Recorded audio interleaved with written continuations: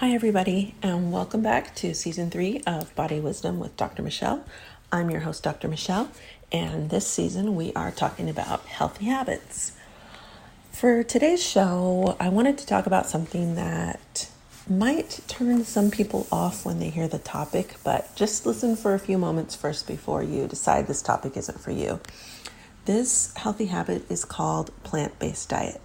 Now, before you think it's about veganism or vegetarianism, it's not. It's about just adding some more plants into your diet, and we're going to talk about that in today's podcast.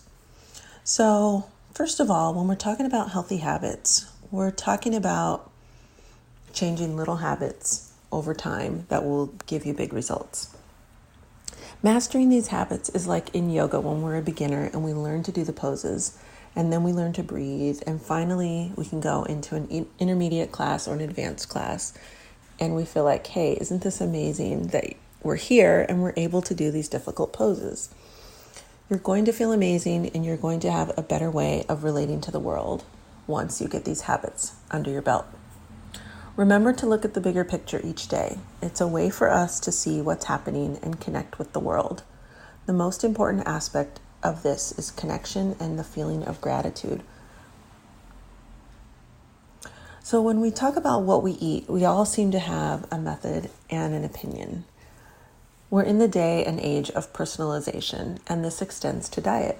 You hear people say all the time, I'm a vegan, or I'm into paleo, or I need to eat meat, or I'm doing keto. So right now we're less interested in labels, and we're more interested in the relationship between humans and the plants that feed us. So in this habit, we turn our attention to taking our relationship between plants and our body to the next level of integration. Eating a plant-based diet is about the relationship between our outer ecosystem, where our food grows, and our inner ecosystem. How you source your body's energy and what you build your body's tissue out of is of obvious importance. We each have the opportunity to nourish and nurture ourselves from the inside out and from the outside in. The first activity is to check out where you are in the spectrum of how you feed yourself.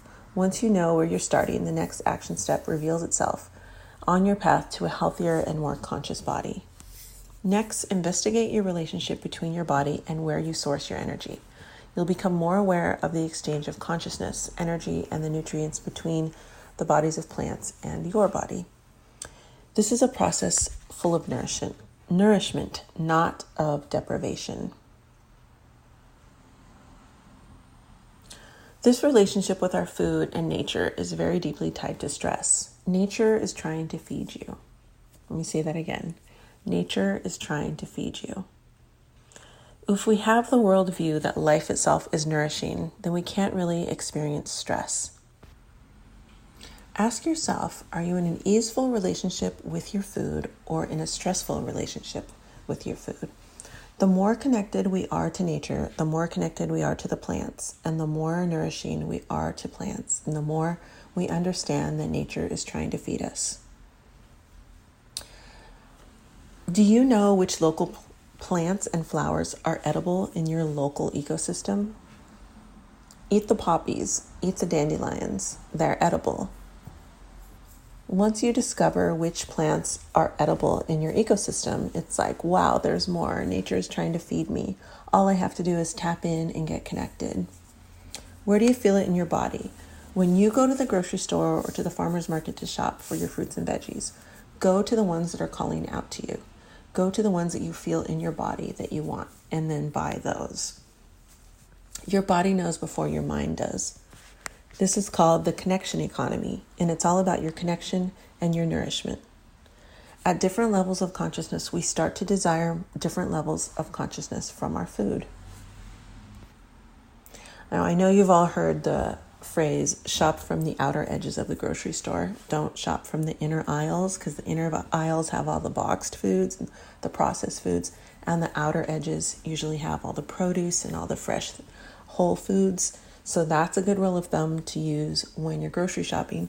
But I'm guessing that most of you haven't heard to listen to your body when you get into the store and buy what is calling out to you. And along with that is buying what's in season. So when it's fall, then root vegetables and apples and things that are in season are really going to call out to you. That's really what's going to feel good when you eat them. Versus in the summertime, there's going to be a lot more of the leafy greens and salads and watermelon and things like that that are in season. So think about what's in season when you go shopping, and also think about what your body is wanting when you go shopping. Okay, let's talk about programming now. How many of us were programmed at a young age with some really damaging things like eat everything that you were served, don't waste food because there's starving kids in some part of the world, you can't leave the table until you've finished everything on your plate, eat it even if you don't like it because I made it for you. That was one my mom used to say. If you don't eat the food I made for you, then you must not love me or care about me. I slaved all day cooking for you, so you better eat it. How many of you can relate to at least one of those things? I know I can relate to at least 3 of them. Now let's think about if you feel nourished by your diet or not. And has it always been this way? Was there a pivot at some point in your life where it changed? I know that when I was growing up, my mom used to cook a dinner and we would all sit down and eat it together, and I felt very nourished by this. And I've talked about this the other day on one of the other podcasts, that when I left and went away to college, my eating habits changed, and I was eating late, and I was eating out a lot, and I was eating food that other people cooked for me that wasn't really what I was used to. It didn't have the same seasonings. So I know my nourishment changed at that time. I didn't feel nourished when I ate. I just ate because I needed to eat. And think about if there's something that changed in your nourishment somewhere along the way. When we talk about nourishment, connection, and abundance, most of us were not taught this. We were taught so many words that don't have immediate resonance with our bodies. They're words that the sensual body doesn't communicate with, such as calories, carbs, vitamins, minerals, proteins, and fats. So just don't want you to get caught up in all of those words, the calorie counting and stuff like that. Just really think about what is feeling good to your body, what's nourishing your body, especially if you have an autoimmune disease, or if you're healing from either being sick or from a surgery, or if you're nursing. If you have any of these conditions that really cause you to need more sleep and to need more nourishment, really think about the nourishment that the food is providing you. Don't really worry about the carbs and the calories and things like that right now. Okay, moving on to Ayurveda and the 6 tastes. Not sure if you've heard about the 6 tastes before, but if you haven't, I'll just do a quick review. The 6 tastes are sweet, salty, sour, pungent, bitter, and astringent. And when your doshas are out of balance, these 6 tastes can help you repair the imbalance. If you're healthy, Ayurveda advises you to include each of these 6 tastes in your diet. The 6 tastes will bring you into contact with the 5 elements, and in turn, these elements are the components of your body and your entire nature. So if you're missing a taste in a meal, you won't feel nourished, and then you'll crave that taste later. And that can lead to snacking between meals and overeating. So I think I did touch on this on one of the other habits when we were talking about dinner.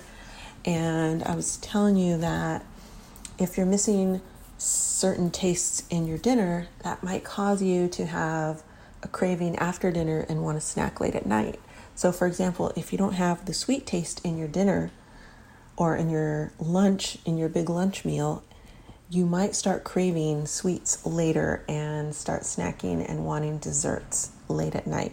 So we don't want to do this. We want to make sure we have a good balance in our meals with different spices and different things that can include all of the 6 tastes.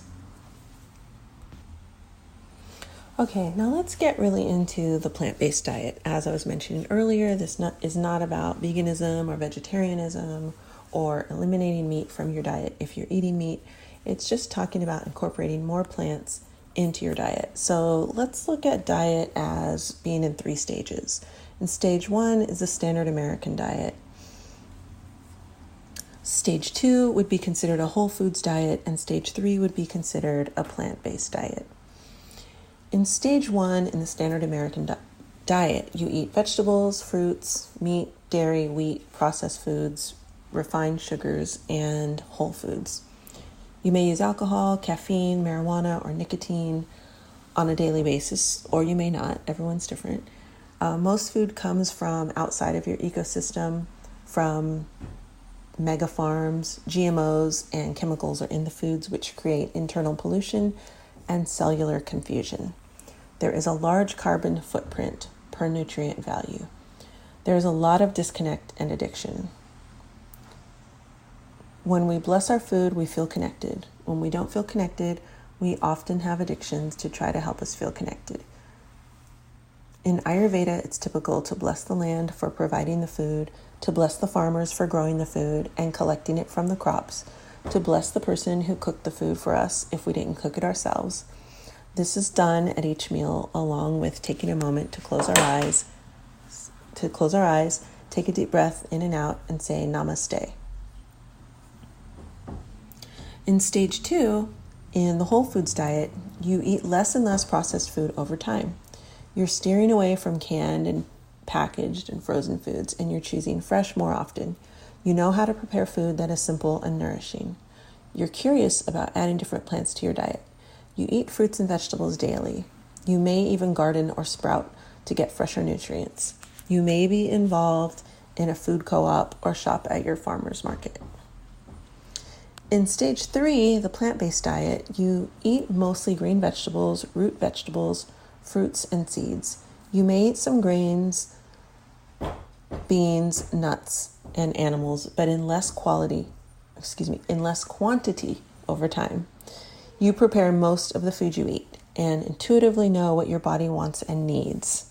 This is like what we were talking about at the grocery store. You get food at farmers markets.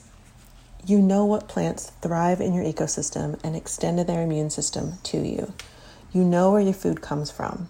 You eat what makes your body feel good, regardless of the social situation. So you're not really eating what your friends are eating when you go out. You eat what you want to eat.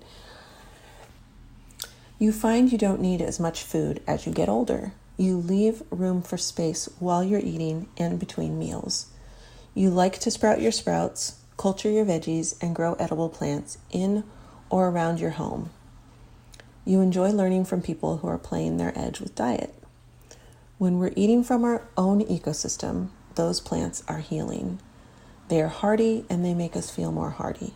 They make us feel more safe and more relaxed. They boost our immune system and we don't have to get flu shots, for example. We're building strength from our ecosystem. Ask yourself if you can identify each part of the plant in everything you ate yesterday. If you can't, then it's processed.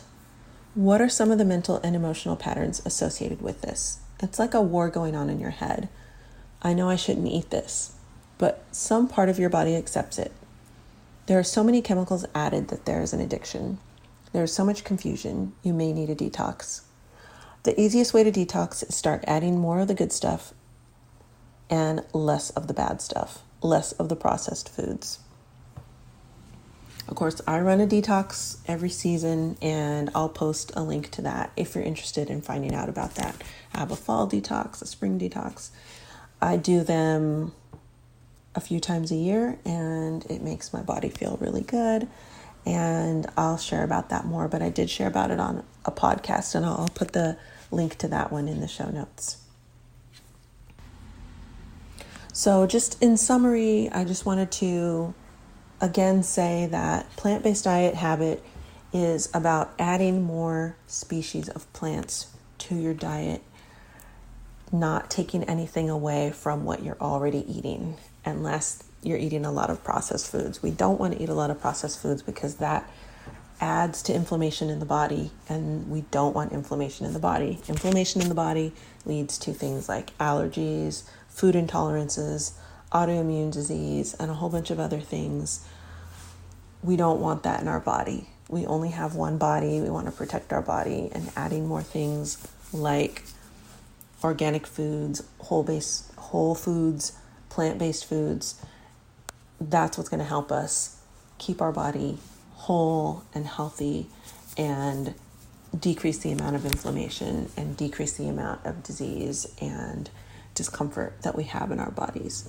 It also helps us look younger. It makes our skin look more replenished and clear. We sleep better. We have more energy. There's so many benefits to a plant-based diet. And in fact, I'm going to leave that to you as your freebie for this habit. So just go to drmichele.com/plants, and I will have a nice PDF for you that will help you to add more plants in your diet and give you a list of the benefits of adding more species to your diet. Okay, that's it for this week. I will talk to you soon. Bye.